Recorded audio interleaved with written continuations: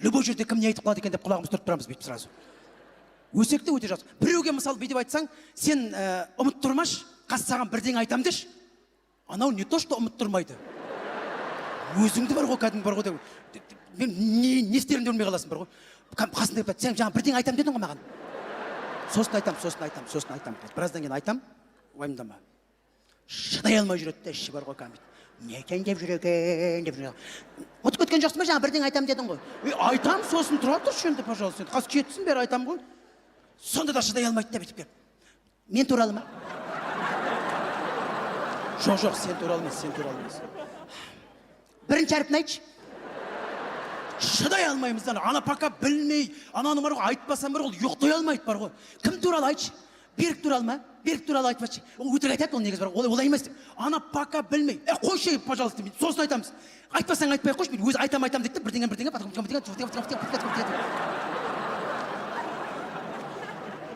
Біраздан кейін бүйтіп қайтып шығады. Айтшы енді. Неге деймін де бір өсек жақсы көреміз. 4 әйел әңгімелесіп отырса, басқалары жаман, тек 4-еуі жақсы болып отырады ғой. Барлығын осы жамандап отырады бар ғой. Даттап өсептің жамандап бәр. Ана 4-еуінің ішінде біреу кетіп қалуға қорқып отырады бар ғой. Анау шығып кетсе, біз шығып кеткен адамды жамандайтын қалықпыз ғой. 4-еуі до конца отырады ғой кәдімгі бар ғой. Ана әңгіме бітіп, 4-еуі бірге тұрып шығып кетеді. Сосын бірге шығып кетеді деп, ана жаққа айтады. Ана жақта сен анау жамандап жатыр, мен вообще үндеген жоқпын бар ғой, бәрі анау өйтіп жатыр. Мына әлеуметтік желілер бізге тіпті жақсы болды. Twitter, Instagram. Ой, біреудің атынан өтірік атын ашып алып, небір сөздер жазып отырасың. Бәрі білгіш қой. Ешкім білмейтін адам жоқ. Бәрі ақылды. Instagramға мен таң қаламын да кәмі. Фотосын пүчік Instagramға жібереді. Соның артында комментарийларды көрсеңіздер. Анау адам жіберіп қойды, өзімен өзі қырылысып жатыр қалғандар бар. Немене қырылысып жатыр? Ешкім шаруасы жоқ, өзімен өзі. Бізде басқа ұлттарда, Инстаграмдарда бір киімдерін түсіріп жатады, тағы бір. Бізде 4 фото бар. Біреу ананың үйінде отырмыз. Анамен кездесіп қалдым. Тойда ет жеп отырмыз, еттің суреті отдельно.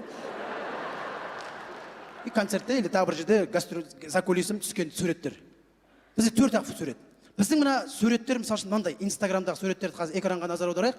Мысалы былай. Артындағы астында комментарий қазір. Мынаулар кухняда ма, әлде залда ма дейді.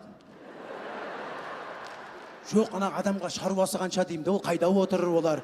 Главное фотоға түсіп жіберді ғой, адамдарды айтсаңдар, қайда отырғаны керек. Ары қарай мынандай тағы шығатындар бар.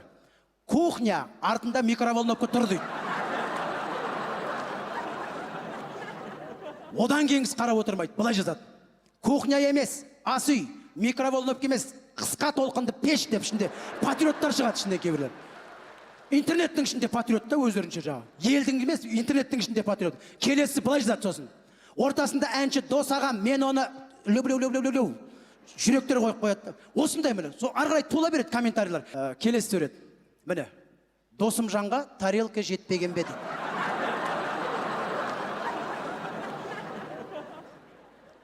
Бізде қазір Инстаграмда уже не айтарын білмейді. Адамды айтпайды. Столдың үсті, артында не тұр. Уже сурет түсуге қорқасың қазір бар ғой. Біреу суретке түсіп атса, артында бүйтіп тұрып қалсаң, соны сен әңгіме қылып атады. Ар жағындағы адам неге бүйтіп тұр? Біреу фотоға түсіп атса, артында уже дайындалып тұру керек сияқты бүйтіп. Артындағы адам көңілді ғой деп айтатын секілді. Келесі былай жазады. Тойға екеуі ғана келген бе дейді. Одан біреу жанағы тағы жазады былай. Жоқ, үшеу, фотограф бар ғой дейді.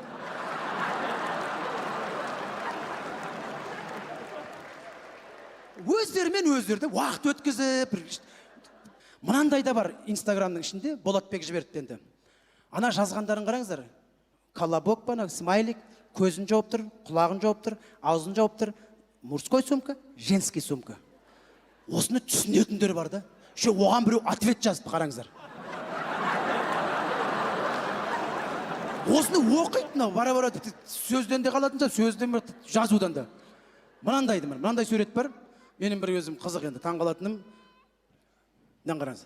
Дастарханның үстінен қалай түсірген деп жазған.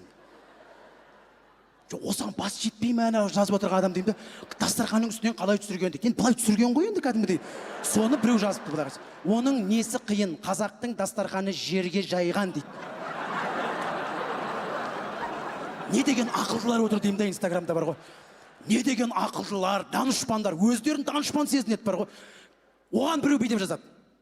Ешқандай қазақтың дастарханын көріп тұрған жоқпын. Қазақтың дастарханы болса құрт, май, ірімшік, бауырсақ қайда дейді біреулер. Оған біреудің ответін қараңыздар. Ауылда дейді. Біреу дастарханды салып түсіріп жібере сал, жай міне осындай қонақ келіп жатқан. Соның астында отырып, өздері қара терге түсіп, дымдары қалмай, ана сот өтелеп болып жүр. Мынандай бар да келесі жаңағы. Мынаны қараңыздар. Той үстінде тәтті күндер деп. Бұлар жіберген өздері, астына жібереміз ғой, осындай жерде отырып. Соған жазғандарын қараңыздар, ақылдылардың. Үшеуі тойға кешігіп келген сияқты, бір орындыққа үшеуі қыстырылысып отыр ғой дейді. Расымен бір қызықты, бір астарында мен кей кезде мен өз басым Инстаграмда жоқпын. Біреу мен атын ашып қойған, соң рахаты қызық. Енді білмеймін, ол не үшін керек, оның жұмысы жоқ па деймін. Мен оған ештеңе төлеп отырған жоқпын. Өзімен өзі фотолар жазып, еще комментарий жазады. Бірдеңе деген бауырымен тұрым деп жаңа. Өзім тұрған секілді таңғалып қаламын да. Мынандай бар үстінде, мынандай. Артында отырған жігіттің мұрны қышып отыр дейді. Бер жағы әңгіме бітті, ар жағына көшіп кетті де. Сосын бұл Инстаграмдарда жібереді, лайк деген бар.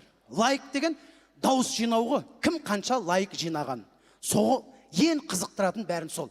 300 лайк болыпты. Мә менікі 1000 лайк болыпты деп мәз болып отырамыз да. Лайк деген жаңа жүректің үстін басады, үлкен кісілерге айтайын. Сол фото ұнаса үстінен басады екен. Оны енді бір лайкты адамдарға жібереді да, былай қарасаңыздар. Басып 1000 адам, 3000 адам жинадым, 4000 адам жинадым деп. Бір кәдімгі сауап жинаған адам секілді мәз болып отырады да жаңа. Бір сауап жинаған секілді. Бұл өмірде лайкты сұрап алармыз. Ана өмірде лайкты саған ешкім баспайтын ағайын. Соны ойланайық.